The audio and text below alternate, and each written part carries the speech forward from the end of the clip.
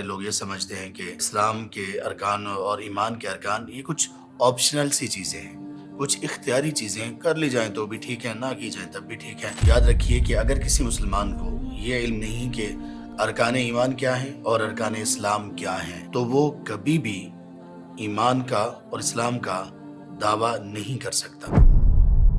ان الذين آمنوا وعملوا الصالحات اولئك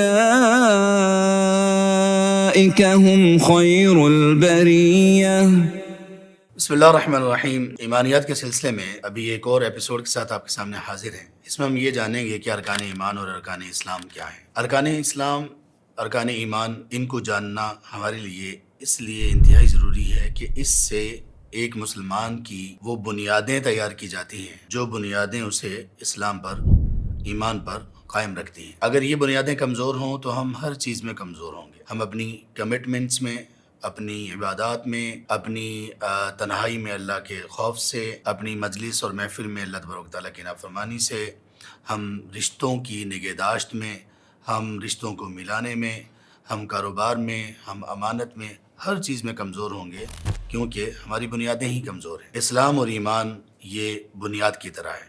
اسلام اور ایمان کسی گاڑی کے اس انجن کی طرح ہے کہ جس انجن کی بنیاد پر اس کی بہتری اور اس کا سفر کرنے کا انداز اور اس گاڑی کے چلنے کی رفتار اور سپیڈ وہ سامنے آئے گی۔ تو ایمان اور اسلام جب تک ہم ان کو اچھی طرح سے سمجھ نہیں لیں گے تو تب تک ہم بالکل بھی ایمان اور اسلام کی لذت سے محروم ہی رہیں گے۔ ایمان اور اسلام ہے کیا اور ارکان اسلام اور ارکان ایمان کا کیا مطلب ہے؟ یاد رکھیے کہ اگر کسی مسلمان کو یہ علم نہیں کہ ارکان ایمان کیا ہیں اور ارکان اسلام کیا ہیں تو وہ کبھی بھی ایمان کا اور اسلام کا دعویٰ نہیں کر سکتا، اس لیے کہ یہ ساری باتیں ہی علم کی باتیں ہیں۔ ہم وہ امت ہیں کہ جن کو سب سے پہلا حکم اور سب سے پہلی کمانڈ یہ ملی، اقرأ بسم ربک الذی خلق، کہ آپ لوگ پڑھنا شروع کر دیجئے۔ ایمان اور اسلام کے ارکان کیا ہیں؟ ان کو ارکان ہی کیوں کہا گیا؟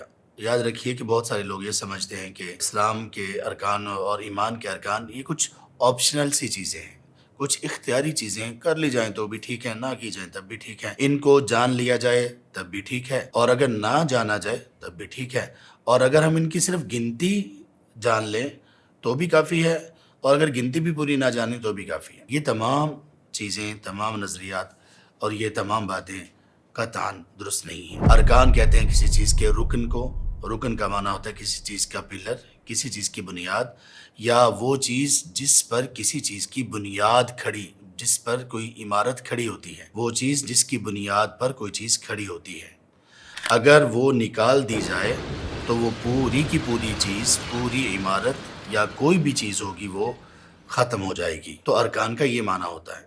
تو ارکان اسلام، ارکان ایمان یہ اسلام کی، ایمان کی پوری تعلیمات نہیں ہیں، بلکہ یہ چند وہ چیزیں ہیں جو بنیادوں کی حیثیت رکھتی ہیں۔ اگر یہ نہیں ہیں تو نہ بندے کا ایمان ہے، نہ بندے کا اسلام ہے۔ اس لیے ان کو ارکان ایمان اور ارکان اسلام کہا جاتا ہے، اور یہ وہ عمارت ہے، یہ وہ بنیادیں ہیں جن پر ہمارے اسلام کی بنیاد ہے۔ تو ان کو اچھی طرح سے سیکھ لیجیے۔ بارک اللہ فیکم۔